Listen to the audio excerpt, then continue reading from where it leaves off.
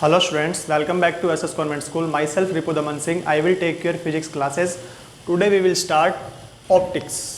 तो देखो students, optics के अंदर जो आपके 10th क्लास में चैप्टर है उसका नाम है लाइट। तो ऑप्टिक्स में जो हम स्टडी करते हैं वो किसकी स्टडी करते हैं? लाइट की। तो लाइट के अंदर भी क्या है कि बहुत सारे साइंटिस्ट आए। देखो शॉर्ट में बताता हूँ आपको, ठीक है। इसमें हुआ क्या, सबसे पहले न्यूटन साहब आए। न्यूटन साहब ने बोला कि जो लाइट है वो लाइट क्या होती है? पार्टिकल्स के नेचर की होती है। कौन सी नेचर की होती है? पार्टिकल नेचर की। मतलब उन्होंने बोला कि जो लाइट है वो एक स्ट्रेट लाइन में ट्रेवल करती है। किसमें? स्ट्रेट लाइन में। और वो कैसे आती है? जैसे कोई रे आती है ना, मतलब बिल्कुल सीधी, वैसे आती है। ठीक है। तो न्यूटन साहब ने ऐसे बोला और न्यूटन ने क्या किया, इसके ऊपर एक तो रिफ्लेक्शन को प्रूव कर दिया और एक क्या कर दिया, रिफ्रैक्शन को प्रूव कर दिया, जो आपको इस चैप्टर में पढ़ना है। ठीक है। न्यूटन का जो बर्थ हुआ था वो होता 1647 से लेकर 1727, इसके आसपास आया था न्यूटन। ठीक है। उसके बाद एक साइंटिस्ट आया, हाइजन। ठीक है। हाइजन ने क्या बोला कि न्यूटन जी आप जो बोल रहे हो वो मुझे जची नहीं बात। हाइजन क्या बोल रहा है कि आपने जो बोला वो मुझे बात नहीं जची। मैं कहता हूं कि जो लाइट होती है वो रे ना होकर क्या होती है, वेव नेचर की होती है। उन्होंने तो क्या बोला कि लाइट जो होती है वो रे होती है, मतलब एक सीधी रेखा में आती है, कहीं पर भी मुड़ती नहीं है, कहीं पर भी मुड़ती नहीं, बिल्कुल सीधी आती है। न्यूटन ने ये बात बोल दी। हाइजन आया, कहता नहीं, लाइट सीधी रेखा में नहीं आती, वेव में आती है, ऐसे लहरती लहरती आती है आराम से। हाइजन ने ऐसे बोला।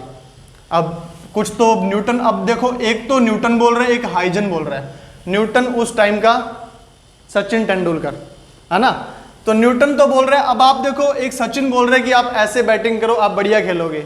एक कोई नया प्लेयर आया है और वो बोल रहा है नहीं ऐसे खेलो आप बढ़िया मतलब खेलोगे। तो आप किसकी बात मानोगे? सचिन तेंदुलकर की मानोगे या फिर हाइजन की मानोगे? मतलब सचिन तेंदुलकर या फिर मेरे जैसा कोई प्लेयर आया और उसने बोला कि ऐसे बैटिंग करो, ऐसे बैट पकड़ो, ऐसे खेलो, किसकी बात मानोगे? सचिन की मानोगे ना। तो ये जो न्यूटन था वो उस टाइम का सचिन था। सबने बोला नहीं नहीं न्यूटन बोल रहा है तो सही बोल रहा है बिल्कुल। तो हाइजन थोड़े से ईगो हर्ट हुई इनकी और उन्होंने क्या बोला, वापस न्यूटन के पास गए और उन्होंने बोला जैसे मान लो ये एक रूम है, आप पे बोल रहे हो ना कि लाइट एक सीधी अंदर आ रही है, रे में आ रही है, कहीं पर भी मुड़ती नहीं है। तो हाइजन ने कहा मान लो ये एक रूम है, यहाँ पर एक विंडो है, इस विंडो से लाइट अंदर आई, यहाँ पर एक और रूम है, अगर ये विंडो को मैं ओपन कर दूं तो क्या इसमें लाइट जाएगी या नहीं जाएगी? तो न्यूटन बोलता जाएगी। जैसे ही विंडो ओपन करेंगे तो लाइट उठ के कहाँ जाएगी?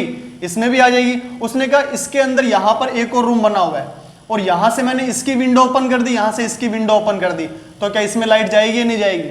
वो बोल रहा लाइट तो इसमें भी चली जाएगी, थोड़ी बहुत ही जाए लेकिन लाइट तो चली जाएगी। तो फिर हाइजन ने कहा कि जब आप बोल रहे हो लाइट मुड़ती नहीं है तो लाइट मुड़ कैसे गई है? अब न्यूटन कहता कि ये तो, न्यूटन का दिमाग घुमा कि बोल तो कुछ सही रहा है ये।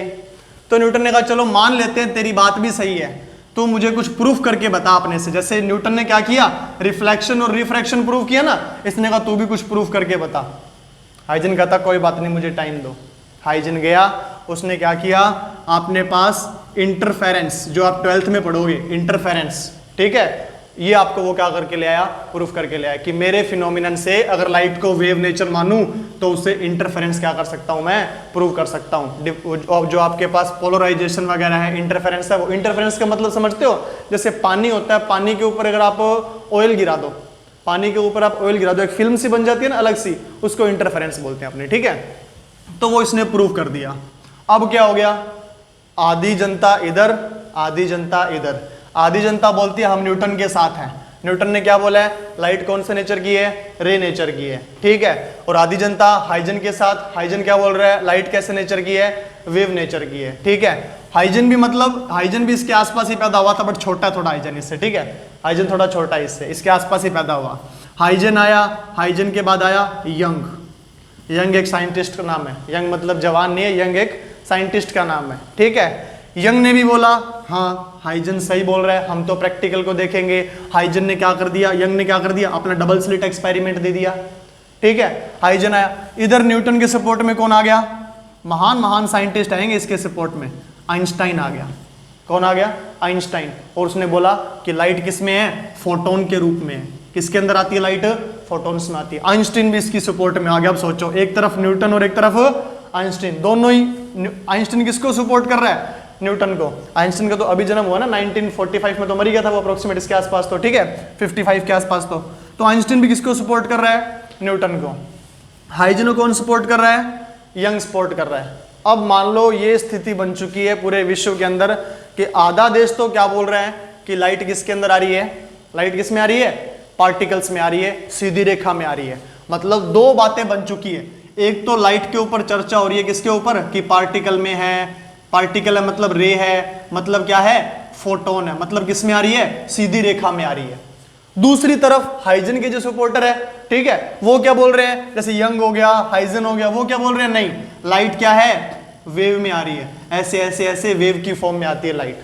दो तरफ मतलब क्या बन गए? इनके ग्रुप बन गए। इतने में एक बुद्धिमान साइंटिस्ट क्या हुआ? पैदा हुआ, जिसका नाम था डी ब्रोगली।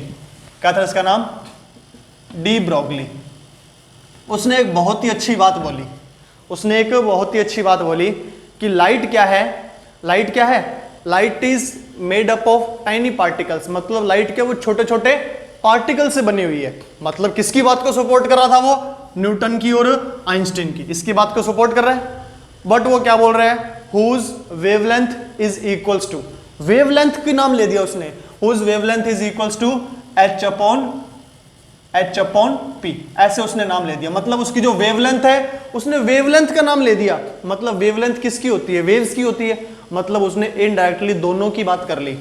मतलब वो क्या बोल रहा है कि डी ब्रोगली आया और डी ब्रोगली ने क्या बोला कि लड़ो मत, दोनों है, लड़ो मत, दोनों है। सबसे पहले तो देखो न्यूटन क्या बोल रहा था? न्यूटन बोल रहा था कि लाइट जो है वो क्या है? अपने पास छोटे छोटे पार्टिकल से मिलकर बनी है, रे है, और ये इसकी बात बोल रहा था। उधर आइंस्टीन क्या बोल रहा? उसको सपोर्ट कर रहा कि फोटोन है। बट हमारे पास क्या था? हाइजन था, वो कहता वेव है। हाइजन को सपोर्ट करने कौन आया? यंग आया, वो भी कहता वेव है। एक अच्छे अपने महान जो साइंटिस्ट थे डी ब्रोगली, जिन्होंने ये लड़ाई खत्म कर दी, वो कहते कि जो लाइट है उसका बिहेवियर कैसा है? ड्यूल नेचर है। मतलब ना तो ये मतलब पार्टिकल भी है और ये क्या है? वेव भी है। आपके पास एक सिंपल एक क्वेश्चन आ जाए कि लाइट का नेचर कैसा है, तो लाइट का नेचर क्या बताओगे? ड्यूल नेचर बताओगे। अगर आपके पास क्वेश्चन आए ना कि लाइट का नेचर कैसा है, तो आप कैसे बताओगे? तो आप इसके अंदर जो फर्स्ट लाइन लिखोगे नोट्स के अंदर, जो लाइट का जो नेचर है, तो क्या लिखोगे? लाइट का जो नेचर है, लाइट का जो नेचर है वो कैसा नेचर है? ड्यूल नेचर है। कैसा नेचर है? Dual nature. कौन सा नेचर है? एक तो क्या है? पार्टिकल, और एक क्या है? वेव। पार्टिकल और वेव, ऐसा नेचर है आपके पास, ठीक है। और जो लाइट जिन छोटे छोटे पार्टिकल से मिलकर बनी होती है, उनको अपने क्या बोलते हैं? फोटोन बोलते हैं। क्या बोलते हैं? फोटोन। फोटोन क्या होते हैं? छोटे छोटे ऊर्जा के क्या होते हैं? पैकेट्स होते हैं, बंडल्स होते हैं। मतलब साइंटिस्ट था ना न्यूटन था, न्यूटन नहीं बोला था। न्यूटन ऐसे बोल रहा है कि जो लाइट है ना वो छोटे छोटे पैकेट्स में आती है, ऊर्जा के पैकेट्स है, ठीक है, जिनके अंदर ऊर्जा भरी होती है, एनर्जी भरी, एनर्जी फिल है उसके अंदर, उसमें आती है वो। उनको उसने क्या बोला? फोटॉन्स बोला। क्या बोला उनको? फोटॉन्स। तो अगर एग्जाम में ये भी आ जाए ना कि फोटोन क्या होते हैं, तो क्या बोल देंगे कि फोटोन क्या है? छोटे छोटे एनर्जी के क्या है? पैकेट्स है। और लाइट इनसे क्या होती है? मिलकर बनी होती है। इतनी बात समझ में आई? लाइट का नेचर पता लगा, कैसा नेचर होता है? Dual nature. कभी भी आए ना कि लाइट का नेचर कैसा है, तो माइंड में पिक्चर बन जानी चाहिए। इस नेचर के पीछे तो पता नहीं 300-400 साल खराब हो गए थे। पहले न्यूटन आया, फिर हाइजीन आया, फिर यंग आया, और उसके बाद कौन आया? आइंस्टीन आया। तब जाके हमारे डी ब्रोगली जी ने थोड़ा सा बताया उनको कि लड़ो मत, ऐसा तो चलता रहेगा, कभी कोई आएगा और वो ये बताएगा, कभी कोई आएगा तो ये बताएगा। फाइनली क्या हुआ? हमारे पास लाइट का जो नेचर था वो कैसा नेचर था? Dual nature. पार्टिकल्स भी था और वेव भी था। इतनी बात समझ में आई? चलो अब बात करते हैं लाइट की डेफिनेशन की, कि लाइट की डेफिनेशन क्या होती है हमारे पास, ठीक है। तो लाइट की डेफिनेशन के लिए पहले आपको छोटा सा रिकॉल करवाता हूं। 9th क्लास के अंदर चलते हैं अपने वापस, ठीक है। 9th क्लास में आपने पढ़ा था इलेक्ट्रोमैग्नेटिक वेव, इलेक्ट्रोमैग्नेटिक वेव, ठीक है। तो चलो पहले इसको भी करवाने से पहले अब मैं छोटा सा वेव के बारे में कुछ बता देता हूं कि वेव क्या होती है, ठीक है। जैसे मान लो यहां पर ये आ रही है, ये एक वेव जा रही है ऐसे ऐसे ऐसे, ये क्या जा रही है? एक वेव जा रही है, ठीक है। ये वेव है, ये किस स्पीड से जा रही है? स्पीड ऑफ लाइट से, या फिर v से। मान लो v से क्या कर रही है? ट्रेवल कर रही है। स्पीड कितनी है? v, velocity. यहां से लेकर यहां तक की जो डिस्टेंस है उसको मैं क्या बोल रहा हूं? लैम्डा, जिसको अपने बोलते हैं वेवलेंथ। क्या बोलते हैं अपने इसको? वेवलेंथ बोल दो, लैम्डा बोल दो। अगर मैं आपसे पूछूं स्पीड इज इक्वल्स टू क्या होता है, तो आप क्या बोलते हो? डिस्टेंस अपॉन टाइम, यही तो बोलते हो। मैं बोल रहा हूं वेव यहां से चली और यहां से उसको यहां पर पहुंचने में पूरा टाइम कितना लगा? टी टाइम लगा। कितना टाइम लगा? टी। और ये जो डिस्टेंस है उसको मैंने क्या बोल दिया? लैम्डा। किस स्पीड से भाग रहा है वो? v स्पीड से। देखो मैं आपको जैसे बोल रहा हूं आपकी कार भाग रही है 50 किलोमीटर पर आवर की स्पीड से भाग रही है, तो ये पूरी क्या है? ये पूरी क्या है? स्पीड ही तो है। तो आप कैसे लिखते हो? स्पीड इज इक्वल्स टू, ऊपर वाला क्या है? डिस्टेंस, नीचे वाला आवर क्या है? टाइम। तो फॉर्मूला तो ये बनेगा speed is equals to distance upon time. अब अगर मैं पूछना चाहूं आपसे कि v की वैल्यू क्या आएगी? स्पीड इज इक्वल्स टू, आप क्या बोलोगे? डिस्टेंस। डिस्टेंस कितनी है? लैम्डा। अपॉन में टाइम कितना है? t। तो ये वाला फॉर्मूला आएगा ही नहीं आएगा? Speed is equals to distance upon time. Time का जो उल्टा होता है, मतलब अगर फ्रीक्वेंसी की बात करूं तो वो क्या होता है? टाइम का उल्टा। मतलब अपने जो फ्रीक्वेंसी का सिंपल सा मतलब होता है एक सेकंड के अंदर कोई वेव कितनी बार ऊपर नीचे जा रही है, उसका मतलब क्या है? फ्रीक्वेंसी। नंबर ऑफ ऑसिलेशंस पर सेकंड। फ्रीक्वेंसी को क्या बोलते हैं अपने? नंबर ऑफ ऑसिलेशंस पर सेकंड। इसको अपने क्या बोलेंगे? फ्रीक्वेंसी बोलेंगे। ठीक है, तो फ्रीक्वेंसी किसका उल्टा होती है? टाइम पीरियड का। तो 1/t उसको मैं f बोल सकता हूं ऐसे, ये लो। तो स्पीड इज इक्वल्स टू क्या आ गया? Lambda into F. एफ यहां पे क्या है? फ्रीक्वेंसी। इतनी बात समझ में आई? वेव जो होती है ना वो टू टाइप्स की होती है। वेव जो होती है वो टू टाइप्स की होती है। एक तो होगी हमारे पास मैकेनिकल वेव, एक तो हमारे पास कौन सी होगी? Mechanical wave. Mechanical wave. और दूसरी कौन सी हो जाएगी? Non mechanical wave. एक तो होती है मैकेनिकल वेव और एक होती है non mechanical wave. Mechanical wave कौन सी होती है? जिनको ट्रैवल करने के लिए मीडियम चाहिए होता है। जैसे एग्जांपल में ले लेता हूं मैं साउंड वेव। अगर मैं बोल रहा हूं और आपको सुनाई दे रहा है, इसका मतलब क्या है कि यहां पर क्या है? कोई मीडियम है। जो कौन सा मीडियम है? एयर का मीडियम है। अगर मैं अंतरिक्ष में चला जाऊं, ऊपर चला जाऊं जहां पे कोई मीडियम ही नहीं है, वहां पर मैं बोलूं तो आपको कुछ सुनाई नहीं देगा। क्यों? क्योंकि वहां पर कोई क्या नहीं है? कोई मीडियम नहीं है। ठीक है। नॉन मैकेनिकल वेव कौन सी होती है? जिनको ट्रैवल करने के लिए मीडियम रिक्वायर्ड नहीं होता। जैसे एग्जाम्पल के अंदर क्या आ गया? लाइट। लाइट वेव को ट्रैवल करने के लिए मीडियम की नीड नहीं होती। जैसे अर्थ से लेकर सन, जो मीडियम है वो कितनी ऊपर तक है? यहां से जो अपना एटमॉस्फेयर है वो कितना होगा? 12 या 13 किलोमीटर तक होगा। उसके ऊपर कोई मीडियम है क्या? नहीं है। बट क्या जो सन है वो क्या 12 या 30 किलोमीटर दूर है क्या? सन तो बहुत दूर है, पता नहीं कितने मीडियम आते, पता नहीं कुछ मीडियम ही नहीं ऊपर। तो लाइट वहां से यहां तक पहुंच रही है, तो हम बोल सकते हैं कि लाइट को ट्रैवल करने के लिए किसी भी मीडियम की नीड नहीं होती। तो जिसको मीडियम की नीड नहीं है तो वो लाइट हमारे पास कौन सी वेव्स है? लाइट हमारे पास कौन सी है? एक तो हम बोल सकते हैं इसको नॉन मैकेनिकल वेव है। कैसी वेव है हमारे पास? नॉन मैकेनिकल वेव है। और हमारे पास कौन सी है ये लाइट? इसको हम बोलते हैं इलेक्ट्रोमैग्नेटिक वेव भी है। लाइट क्या हमारे पास? इलेक्ट्रोमैग्नेटिक वेव भी है। इतनी बात समझ में आई? मतलब हमको सिंपल सी बात एक ये समझनी थी यहाँ पे कि जो वेव है, वेव कितने टाइप्स की होती है? टू टाइप्स की होती है। एक तो मैकेनिकल वेव और एक non mechanical wave. Mechanical wave वो होती है जिनको ट्रैवल करने के लिए मीडियम चाहिए। जैसे साउंड, अगर मीडियम नहीं है तो वेव ट्रैवल नहीं करेगी। और नॉन मैकेनिकल वेव जो होती है जिनको मीडियम की रिक्वायरमेंट नहीं होती। जैसे क्या होगी वो? Light wave. लाइट सन से लेकर यहां तक आती है, बीच में कोई भी मीडियम नहीं है, फिर भी लाइट आती है। तो लाइट को ट्रैवल करने के लिए मीडियम की रिक्वायरमेंट नहीं है, तो लाइट हमारे पास कौन सी होगी? Non mechanical wave. ठीक है, आई बात समझ में? ठीक है, इतनी बात समझ में आई? चलो आगे देखते हैं अपने इसके अंदर। अब अपने 9th के ऊपर चलते हैं थोड़ा सा और वो बात करते हैं। देखो मैंने आप 9th में आपने पढ़ा होगा इलेक्ट्रोमैग्नेटिक स्पेक्ट्रम। इलेक्ट्रोमैग्नेटिक स्पेक्ट्रम, तो इलेक्ट्रोमैग्नेटिक स्पेक्ट्रम क्या होता है? मैं पहले पूरा इलेक्ट्रोमैग्नेटिक स्पेक्ट्रम बना देता हूं। इलेक्ट्रोमैग्नेटिक स्पेक्ट्रम स्टार्टिंग में तो क्या होती है? यहां पे रेडियो वेव्स होती है। क्या होती है? Radio waves. Radio waves. फिर आती है माइक्रोवेव्स। फिर क्या आती है? माइक्रोवेव्स। फिर क्या आती है? इंफ्रारेड, ठीक है। फिर क्या आती है, विजिबल रीजन। ये होता है अपने पास 3800 एंगस्ट्रॉम टू 7600 एंगस्ट्रॉम। फिर आती है हमारे पास यूवी रेज, फिर आती है हमारे पास एक्स रेज, और फिर आती है हमारे पास गामा रेज। ये पूरा हमारे पास क्या है, इलेक्ट्रोमैग्नेटिक स्पेक्ट्रम, ठीक है। अब इलेक्ट्रोमैग्नेटिक स्पेक्ट्रम आपने 9th क्लास में पढ़ चुके हो ना, ये पूरे 9th क्लास में पढ़ा हुआ इलेक्ट्रोमैग्नेटिक स्पेक्ट्रम, जिसमें आपने यूवी रेज के बारे में थोड़ा डिटेल से पढ़ा था आपने साउंड वाले चैप्टर में। 9th में तो हम पढ़े ही नहीं सर, है ना। 9th की बातें मत किया करो, दुख होता है। चलो तो बता देता हूँ, देखो उसको याद करने का कोड क्या है। रेडियो को उठा के माइक्रोवेव में डाल दिया, रेडियो को उठा के माइक्रोवेव में डाल दिया तो वो क्या हो गया, रेड हो गया। रेड जैसे ही हुआ तो हमको वो विजिबल हो गया, दिखाई देने लगा। पहले वो ट्रांसपेरेंट वाला रेडियो था, ठीक है, ऐसे नहीं सर, पहले भी वो दिख रहा था हमें। तो वो क्या था, रेडियो को उठा के माइक्रोवेव में डाला तो वो क्या हो गया, रेड हो गया, तो हमको विजिबल होने लग गया, ठीक है। अब देखो यहां से, देखो मैं बताता हूं इसको, अगर अपने इधर से इधर जाएंगे ना तो इनकी जो फ्रीक्वेंसी है वो बढ़ेगी।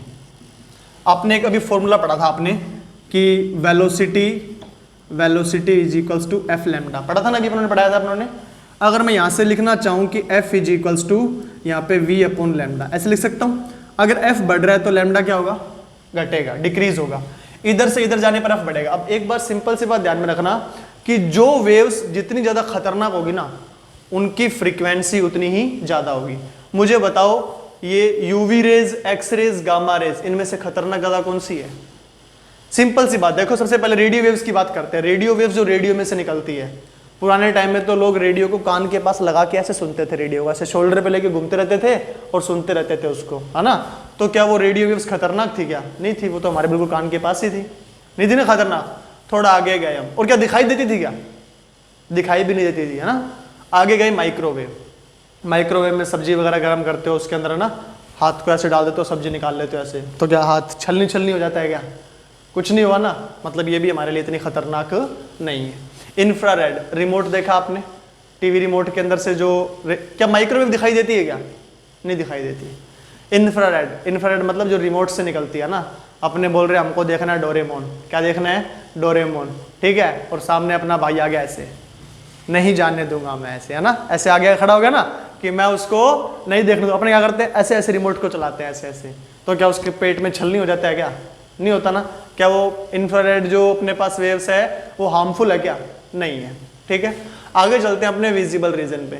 विजिबल रीजन, इसमें अपने पास 7 कलर्स होते हैं, कौन से? विबग्योर, विबग्योर, ये हमको दिखाई देते हैं।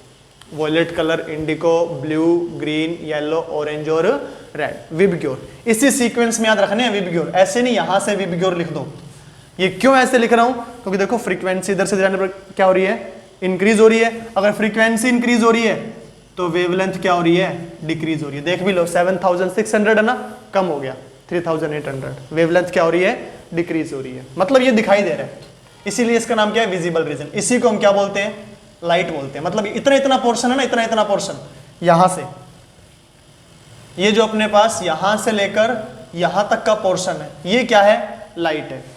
आपको जो भी पढ़ना है 10th क्लास में, सिर्फ इसी के पोर्शन के बारे में पढ़ना है। ये सारा पोर्शन आप कहां पढ़ोगे? 12th में। इतना नहीं पढ़ना हमको, सिर्फ क्या पढ़ना है? सिर्फ इतने से पोर्शन की बात करनी है। आगे आते हैं यूवी रेस, जो सन से आती है, उसमें आती है ना अल्ट्रावायलेटिक रेज आती है। आपको बोलते हैं ना कि ये हमारे लिए क्या है? हार्मफुल भी है अल्ट्रावायलेटिक रेज। तो ऐसे तो है नहीं कि आप घर से बाहर निकलना छोड़ देते हो, छोड़ देते हो क्या? मैंने बोला यूवी रेज आपके लिए हार्मफुल है, तो घर से बाहर निकलना छोड़ देते हो क्या? कि नहीं, सन से तो अल्ट्रावायलेटिक रेज आ रही है तो हम घर से बाहर नहीं निकल लेंगे। हार्मफुल है लेकिन इतनी हार्मफुल नहीं है, ठीक है। क्या दिखाई देती है क्या? दिखाई नहीं देती। ऐसे तो है नहीं घर से बाहर निकल रहे हो, वो देखो सन से यूवी आ रही है, साइड में हो जाओ, ऐसे हम साइड में हो गए, ऐसे होता है क्या? नहीं होता। मतलब ये भी हमको दिखाई नहीं देती। एक्सरेज क्या हार्मफुल है क्या? एक्सरे हार्मफुल है। एक्सरे करवाने जाते जब लिखा भी होता ना कि एक्सरे है, मतलब जो एरिया आ गया यहाँ वाला थोड़ा सा, वो मतलब अपने, और जो एक्सरे करते भी है वो क्या करते हैं? पूरे कपड़े वगैरह पहन के, अपनी ड्रेस पहन के फिर एक्सरे करते हैं, और बोलते भी है ना कि बार बार एक्सरे नहीं करवाना चाहिए, ठीक है। हार्मफुल है लेकिन इतनी हार्मफुल नहीं है, ठीक है। लेकिन धीरे धीरे हार्मफुल का लेवल बढ़ रहा है। ये तो देखो, ये बिल्कुल भी हार्मफुल नहीं थी, ये थोड़ी हार्मफुल थी, ये इससे ज्यादा हार्मफुल है। ठीक है, अपने बोलते हैं बार बार एक्सरे नहीं करवाना चाहिए, बट फिर भी करवाते हैं अपने तो, क्योंकि पता नहीं हड्डी टूटी है कुछ तो करवाना। कभी एक्सरे करवाया है क्या? एक्सरे करवाया है क्या? नहीं करवाया। करवाया? क्या वो करते हैं एक्सरे में, यहाँ पर हाथ को ऐसे करते हैं कुछ था कुछ, अच्छा पैर का करवाया था क्या? कोई बात नहीं, तो हाथ को ऐसे करते हैं तो कुछ तो उसमें वो रेज आती है, कुछ खुपच खुपच कुछ होता है इसमें, और वो बोलता है चलो हो गया एक्सरे। क्या दिखाई देती है क्या वो एक्सरे? इधर ऐसे ऐसे एक्सरे दिखाई देती है क्या? नहीं दिखाई देती, मतलब ये भी दिखाई नहीं देती। गामा रेज की बात करें, कैंसर का जो अपने ट्रीटमेंट करवाते हैं, ठीक है, कीमोथेरेपी वगैरह, उसमें देखा होगा कि बाल तक उड़ जाते हैं, है ना, तो उसमें कौन सी रेज अपने पास काम आती है? Gamma rays. कौन सी आती है? Gamma rays. तो गामा रेज भी क्या होगी हमारे पास? हार्मफुल होगी, बट एक्सरे से ज्यादा होगी। ठीक है, और गामा रेज भी हमको दिखाई नहीं देती। तो सिर्फ दिखाई क्या देगा हमको? ये वाला पोर्शन, सिर्फ ये वाला पोर्शन हमको क्या देगा? दिखाई देगा। तो फिर आपसे लाइट की अगर डेफिनेशन पूछ ले तो आप लाइट की डेफिनेशन क्या बताओगे? लाइट की अगर डेफिनेशन पूछ तो लाइट की डेफिनेशन क्या बोलोगे? कि लाइट की डेफिनेशन क्या होगी? कि लाइट इज, क्या लिखोगे? Light is that part of electromagnetic spectrum. Light जो है वो इलेक्ट्रोमैग्नेटिक स्पेक्ट्रम का वह पार्ट है जो हमको क्या करता है? दिखाई देता है। तो क्या बोलोगे? Light is that part of electromagnetic spectrum which is visible to us, which is visible to us. मतलब लाइट की सिंपल सी डेफिनेशन, आपकी बुक में तो सिंपल से लिखी होगी, light is a source of energy. Number नहीं मिलने वाले इसके, light is source of energy का, सबको पता है लाइट एनर्जी का ही सोर्स है। बट जो डेफिनेशन है इसकी वो क्या होगी? कि light is that part of electromagnetic spectrum. Electromagnetic spectrum है पूरा का पूरा, उसका वह पार्ट है जो हमको क्या हो रहा है? दिखाई दे रहा है। बाकी कोई भी पार्ट दिखाई दे रहा है? नहीं दे रहा, नहीं दे रहा। मतलब लाइट की डेफिनेशन क्या होगी? कि light is that part of electromagnetic spectrum which is visible to us. तो आपको एक छोटी सी बात ध्यान में रखनी, रफ कर दोगे इसको? चलो देखो, आपको छोटी सी बात क्या ध्यान में रखनी है कि यहां से आ रहा है विब की ओर, ये विब की ओर है। ठीक है, 7 कलर्स है, 1 2 3 4 5 6 7, इधर से इधर जा रहे हैं। मुझे बताओ क्या हो रहा है? फ्रीक्वेंसी बढ़ रही है, बढ़ रही है नहीं बढ़ रही? वेवलेंथ क्या हो रही है? डिक्रीज हो रही है। अगर फिर भी याद रखना तो याद रख लेना, 7600 से लेकर 3800 इनकी क्या होती है? एंगस्ट्रॉम क्या है? ये वेवलेंथ है। ठीक है, इतनी सी बात ध्यान में रखनी है। और जो इस चैप्टर में हम पढ़ेंगे वो हम क्या पढ़ेंगे इसके अंदर? एक तो पढ़ेंगे आपका क्या पढ़ेंगे? रिफ्लेक्शन कैसे होता है, फिर पढ़ेंगे इसका रिफ्रैक्शन, और छोटे मोटे इसके क्या पढ़ेंगे? फिनोमिनन्स पढ़ेंगे, और लास्ट में क्या कर देंगे? ह्यूमन नहीं। ठीक है, इतना पढ़ेंगे। चल, तो लाइट की डेफिनेशन आई। अब लाइट की डेफिनेशन के बाद हम इसके अंदर थोड़ी सी स्टडी ये करते हैं कि हमको चीजें दिखाई क्यों देती है, हमको चीजें दिखाई क्यों देती है। मैंने बोला कि यहाँ पर ये एक, जैसे अपने बात कर लेते हैं, ये मान लो आपके पास, ये तो क्या, ये देखो, जैसे मान लो ये वॉच है, यहाँ पर ये ब्लू कलर का यहाँ पे स्ट्रिप लगी हुई है इसके। ठीक है, तो मैंने बोला कि ये आपको ब्लू दिखाई दे रही है, इसका मतलब क्या है? तो आप क्या बोलोगे? सर लाइट में जो कलर होता है वो 7 कलर्स होते हैं विब की ओर। 7 कलर्स इस पर आया, इसने क्या किया? बाकी सब कलर को क्या कर लिया? एब्जॉर्ब कर लिया, और ब्लू कलर को क्या कर दिया? इसने रिफ्लेक्ट कर दिया। ब्लू कलर को क्या कर दिया? रिफ्लेक्ट। तो मतलब लाइट जो हमको दिखने का जो कारण है, दिखने का जो कारण है, reason behind vision, reason behind vision, तो वो हमारे पास जो मेन जो रीजन है वो क्या हो गया? सर एक तो हो गया रिफ्लेक्शन, एक तो हो गया रिफ्लेक्शन। मतलब रिफ्लेक्शन के कारण हमको चीजें दिखाई देगी। अगर मैं बोल रहा हूं कि कोई भी चीज हमको ग्रीन दिखाई दे रही है, क्या दिखाई दे रही है? ग्रीन। तो ग्रीन का मतलब क्या हो गया हमारे पास? कि उसके ऊपर 7 कलर्स आके उस पर क्या हुए? इंसिडेंट हुए।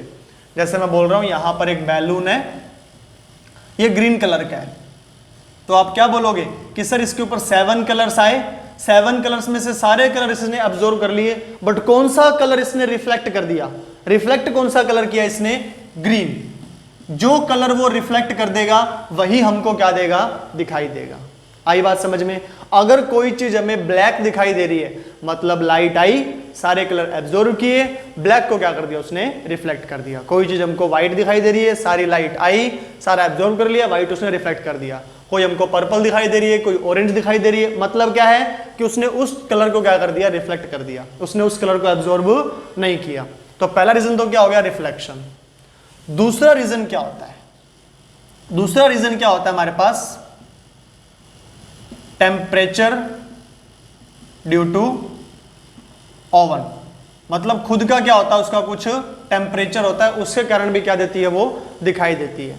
जैसे मैंने बोला कि इसने लाभेश ने कोई वर्क नहीं किया, ठीक है, तो मैंने क्या किया कि इसको काले घने जंगलों में ले जाके, एक कमरा है अमावस्या की रात, अमावस्या की रात तो और भी काली होती है ना, तो उस अमावस्या की रात में उसको काले घने जंगल है उसमें ले जाके इसको बंद कर दिया, ठीक है। क्या मुझे ये दिखाई देगा, क्या नहीं दिखाई देगा, क्यों, क्योंकि सर वहां पर कोई रिफ्लेक्शन नहीं है, वहां पर रिफ्लेक्शन नहीं हो रहा, लाइट नहीं है, सिंपल सी बात है, समझ में आती है बात।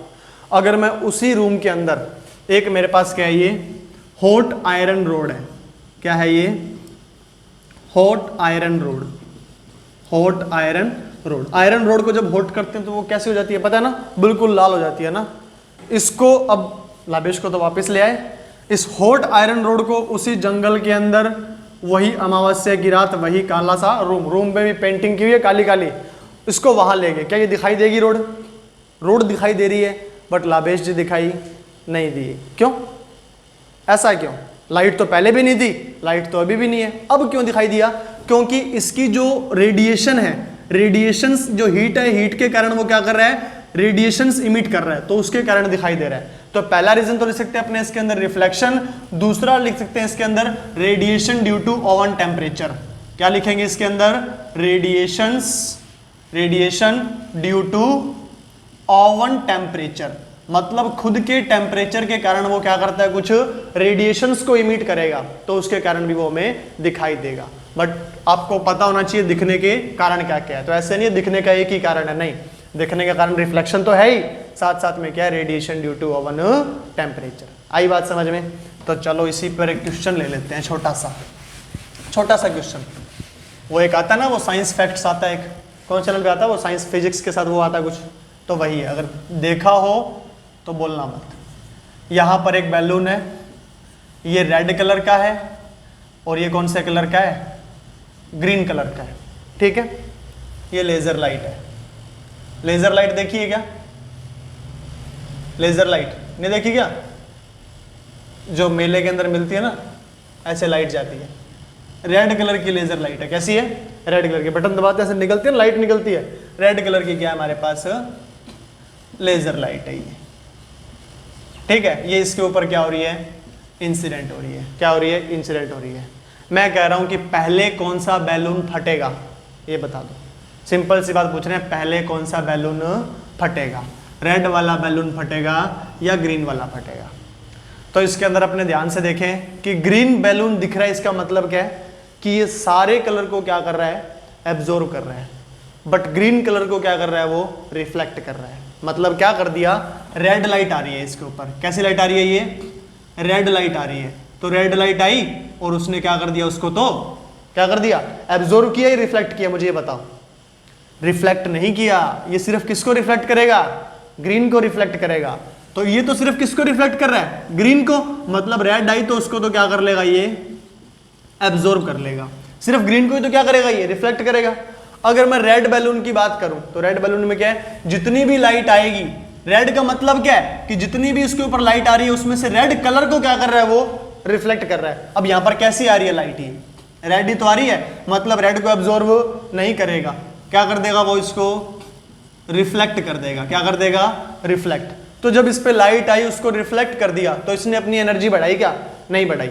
इस पे क्या हुआ, रेड आ रही है तो रेड को तो एब्जॉर्व करेगा ही, ये किसको एब्जॉर्व नहीं करेगा, ग्रीन को एब्जॉर्व नहीं करेगा, बट रेड को तो एब्जॉर्व करेगा। तो ये क्या कर देगा, इस रेड लाइट को एब्जॉर्व करेगा, और जैसे ही एब्जॉर्व करेगा तो इसकी एनर्जी बढ़ जाएगी, और एनर्जी बढ़ेगी तो ये बैलून फट जाएगा। ऐसे नहीं लाइट डालते ही फट गया, मैं बोल रहा हूँ पहले कौन सा फटेगा, दोनों में से, दोनों क्या है, आइडेंटिकल बैलून्स है, सिर्फ उनका जो कलर है वही चेंज है, बाकी दोनों के दोनों क्या है, आइडेंटिकल है, शेप में, साइज में, सारे के सारे, ठीक है। तो हमारा कौन सा बैलून पहले फटेगा, ग्रीन वाला। क्यों, क्योंकि इसने क्या कर लिया, लाइट को क्या कर लिया, रेड लाइट को क्या कर लिया, एब्जॉर्व कर लिया। आई बात समझ में। चलो और देखो इसमें, अगर इसमें और आपसे क्वेश्चन पूछूं मैं छोटा सा, सिंपल सा लॉजिक लगाना, ये पानी है, पानी के अंदर एक बल्ब लगा हुआ है, यहां पे बल्ब लगा हुआ है, कौन से कलर का? येलो कलर का बल्ब लगा हुआ है, ठीक है। यहां से एक आदमी देख रहा है इसे बाहर से, इसको ये जो बल्ब है वो कैसा दिखाई देगा? येलो दिखाई देगा, रेड दिखाई देगा, वॉयलेट दिखाई देगा या ग्रीन दिखाई देगा? क्या दिखाई देगा? अगर कभी आपने ऐसा देखा होगा ना, पानी के अंदर बल्ब तो देखा होगा ना जलता हुआ, जैसे म्यूजियम वगैरह के अंदर आप जाते हो तो आप देखते हो ना कि मतलब फिशेस वगैरह के अंदर जाते हो, आप देखते हो कि यहाँ पर लाइट जगी, बल्ब जगा हुआ है, तो अंदर अगर वो येलो है तो बाहर वो क्या होगा?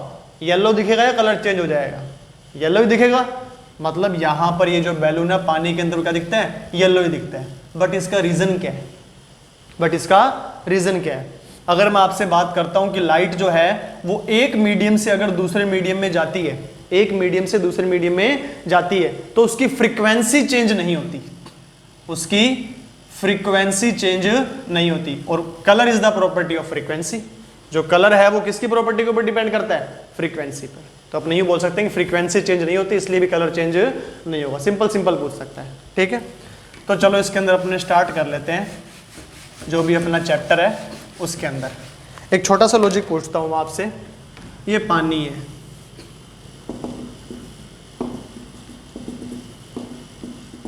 ये आपके पास पानी, यहां पर एक फिश है। अब फिश तो देखो ड्राइंग कैसी बनती है,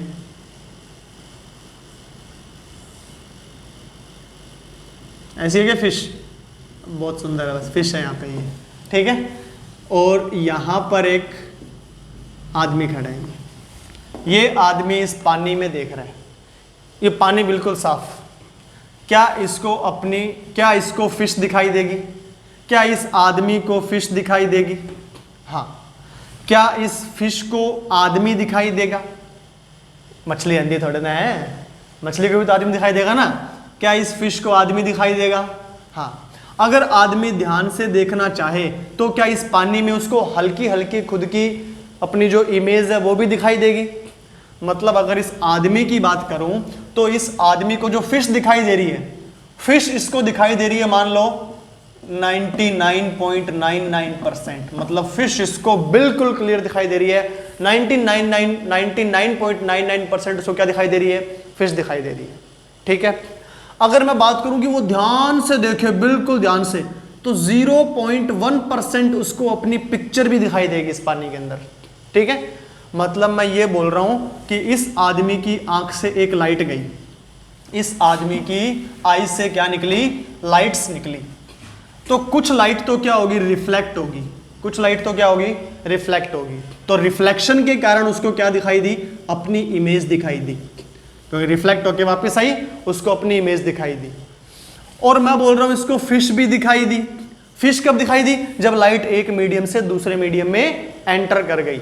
मतलब ये जो फिश दिखाई दे रही है वो किसके कारण दिखाई दे रही है? रिफ्रैक्शन के कारण दिखाई दे रही है। किसके कारण दिखाई दे रही है? रिफ्रैक्शन के कारण। और जो उसको अपनी इमेज दिखाई दे रही है वो किसके कारण दिखाई दे रही है? उसको रिफ्लेक्शन के कारण। किसके कारण? रिफ्लेक्शन के कारण। मतलब कहने की बात सिंपल सी है कि एक लाइट का रिफ्लेक्शन भी होता है और रिफ्रैक्शन भी होता है। तो हमें क्या पढ़ना चाहिए? जो ज्यादा हो रहा है। अगर हमको हमारी इमेज कम दिखाई दे रही है और फिश की इमेज ज्यादा दिखाई दे रही है तो हम किसकी स्टडी करते हैं? रिफ्रैक्शन की। जैसे आप पढ़ोगे कि एक आपके पास फ्लास्क है, उसमें पेंसिल डूबी हुई है, पेंसिल मुड़ी हुई है, या फिर कॉइन गिरा हुआ है, ठीक है, कॉइन थोड़ा ऊपर उठा हुआ है, तो वो आपको क्या हो रहा है कि ये चीज ज्यादा दिखाई दे रही है और आपको आपकी इमेज बहुत ही कम दिखाई दे रही है, तो इसको आप नेग्लेक्ट कर दोगे, ठीक है। दूसरी बात, आप बोल रहे हो यहाँ पर क्या है? मिरर है, ये रहा मिरर, और आप यहाँ पर खड़े हो ऐसे सामने, बिल्कुल ऐसे, आप लाइट गई वापिस आ गई, तो आपको आपकी इमेज क्या दिखाई दे रही है? ज्यादा दिखाई दे रही है। 99.999% आपको क्या दिखाई दे रही है? आपकी इमेज दिखाई दे रही है। तो अब आप क्या पढ़ोगे? रिफ्लेक्शन पढ़ोगे या रिफ्रैक्शन पढ़ोगे? रिफ्लेक्शन पढ़ेंगे, ठीक है। तो अपने स्टार्ट करते हैं कहाँ से? रिफ्लेक्शन से। किससे करते हैं? रिफ्लेक्शन से।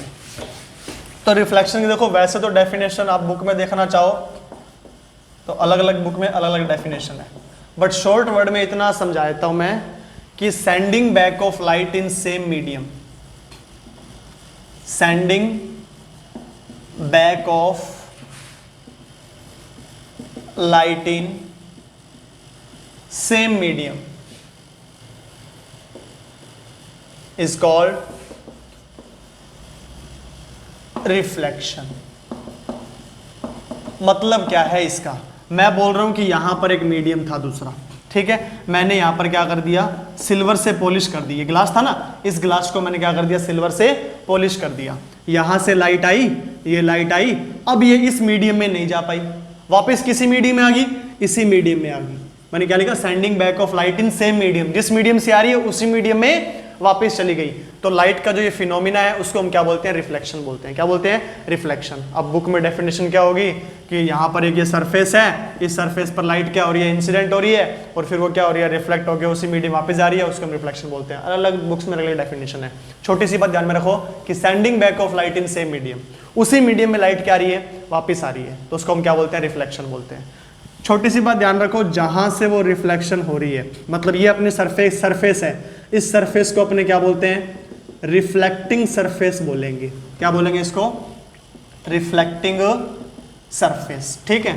यहां से आपको देखो, अभी तक जितने मैंने बताया उसमें सिर्फ इतनी सी बातें आपको ध्यान में रखनी है कि लाइट होती क्या है, लाइट की डेफिनेशन याद में रखनी है, लाइट का नेचर कैसा है, ठीक है। लाइट अपने पास कौन सी वेव्स है, इलेक्ट्रोमैग्नेटिक वेव है, जिनको ट्रैवल करने के लिए किसी मीडियम की नीड नहीं होती। फिर आपको छोटी सी बात ध्यान रखनी है कि लाइट की स्पीड कितनी होती है, तो बताया नहीं ना मैंने, लाइट की स्पीड कितनी होती है, 3 × 10⁸ मीटर पर सेकेंड, याद रखना। और एक छोटा सा क्वेश्चन कभी पूछ लेता है कि लाइट को सन से अर्थ तक आने में कितना टाइम लगता है, तो 8 मिनट और 20 सेकंड लगते हैं। कितना लगते हैं, 8 मिनट और 20 सेकंड, ठीक है। छोटी छोटी बातें ध्यान रखना कि लाइट किस स्पीड से भागती है, 3 × 10⁸ मीटर पर सेकंड। इसका मतलब क्या है, अगर इसका प्रैक्टिकली मतलब समझो ना, देखो क्या है, 3 और उसके बाद कितनी जीरो है, 8 जीरो, 1 2 3 4 5 6 7 8 मीटर पर सेकंड। अगर इसको किलोमीटर में चेंज करूं तो क्या मुझे 1000 से डिवाइड करना पड़ेगा किलोमीटर के लिए। ये लो 3 जीरो कैंसिल, अभी भी कितना आ गया, अभी भी कितना आ गया, ये रहा, ये किस में आ गया, किलोमीटर पर सेकंड। तो फिर भी देखो 3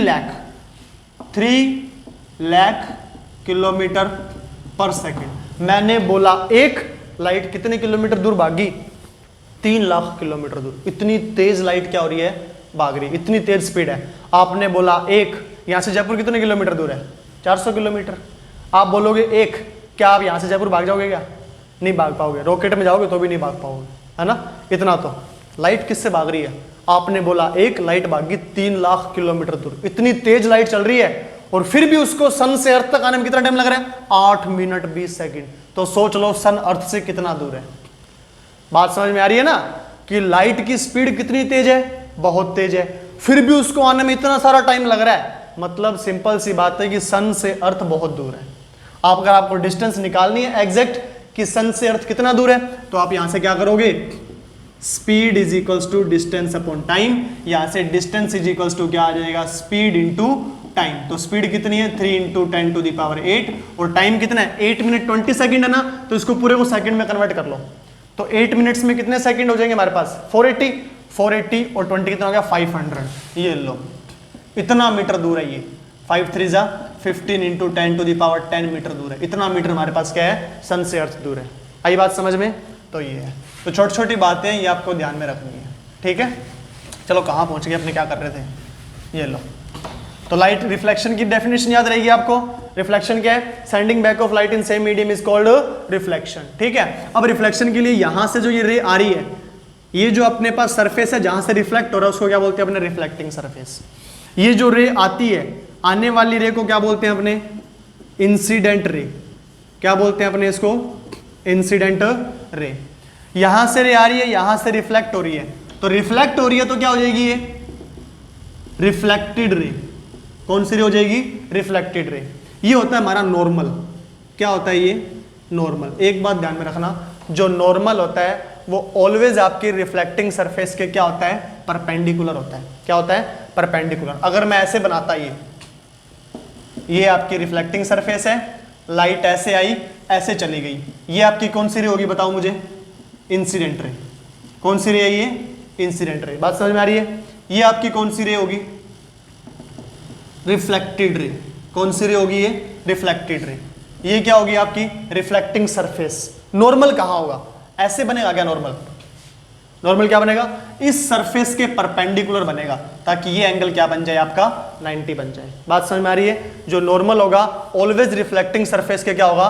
परपेंडिकुलर होगा, तभी इसका नाम हमने क्या लिखा है? नॉर्मल लिखा है। आई बात समझ में? अब मैं क्या बोल रहा हूं कि जो इंसिडेंट रे है और जो ये नॉर्मल के साथ ये वाला जो एंगल बन रहा है, उसको हम क्या बोल देते हैं? Angle of incidence. Angle of incidence, इसको हम बोलते हैं आई। इसको साफ साफ लिख देता हूं इधर, यहां पर पूरा साफ साफ। ये हमारी क्या होगी? Reflecting surface. क्या होगी ये? Reflecting surface. ये हमारा क्या हो गया यहां पे? नॉर्मल। क्या हो गया ये? नॉर्मल। यहां से जो इंसिडेंट हो रही है, ये जो रे आएगी वो कौन सी रे है? Incident ray. और इंसिडेंट होने के बाद वो उसी मीडियम में क्या हो रही है? रिफ्लेक्ट हो रही है, तो इसको हम क्या बोल देंगे? Reflected ray. Incident ray normal के साथ जो एंगल बनाती है उसको हम बोलते हैं आई, और आई का जो नाम होगा ये आ रहा है क्या कैमरे में? ठीक है, इसको हम क्या बोल देंगे? I is equals to angle of incidence. क्या बोल देंगे?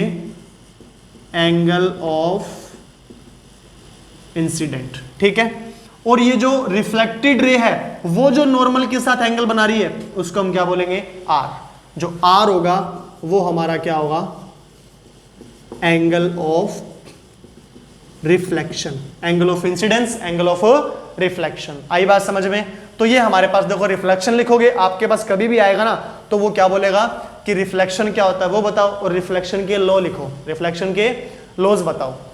तो पहले रिफ्लेक्शन की डेफिनेशन बोल दोगे, फिर ये डायग्राम बना दोगे, डायग्राम में एक एक चीज को बता दोगे कि ये इंसिडेंट रे है, ये रिफ्लेक्टेड रे है, ये नॉर्मल है, ये रिफ्लेक्टेड सरफेस है, ये एंगल ऑफ इंसिडेंस है, और ये क्या है? Angle of reflection. अगर इसके लॉ की बात हो कि laws of reflection, laws of reflection, तो इसके 2 लॉ है।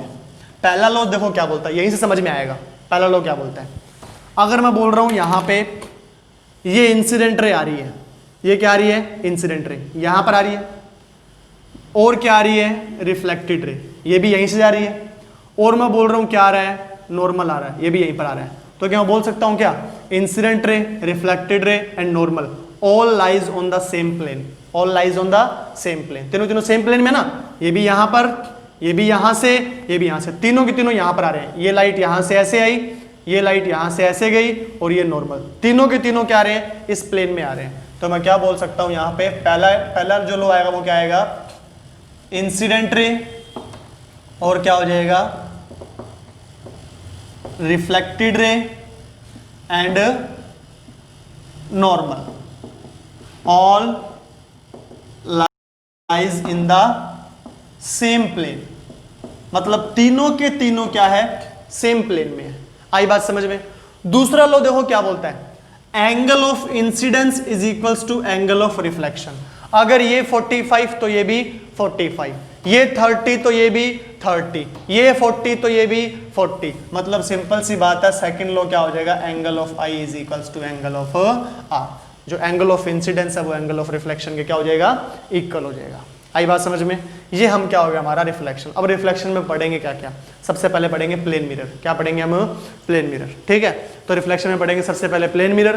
प्लेन मिरर के बाद आएंगे हमारे पास स्पेरिकल मिरर। प्लेन मिरर के ऊपर हम थोड़ी सी चर्चा करेंगे, जिसके अंदर हम क्या बात कर लेंगे हम आपस के अंदर कि प्लेन मिरर में इमेज बनती कैसी है, प्लेन मिरर के अंदर जो इमेज बन रही है उसकी प्रॉपर्टीज क्या है। ठीक है, और थोड़ा सा हम उसमें 2-3 डेरिवेशन है उसकी बात कर लेंगे। ठीक है, उसके बाद हम चलेंगे स्पेरिकल मिरर में। स्पेरिकल मिरर आपके 2 टाइप्स के हैं, फिर उसकी डिस्कस करेंगे। उसके लिए जितना भी मैंने आज आपको करवाया है उसकी जितनी भी डेफिनेशंस वगैरह जितनी भी थ्योरीज है वो लर्न करोगे। नेक्स्ट वीडियो के अंदर अपने स्टार्ट करते हैं प्लेन मिरर से। ठीक है, till then stay safe, be happy.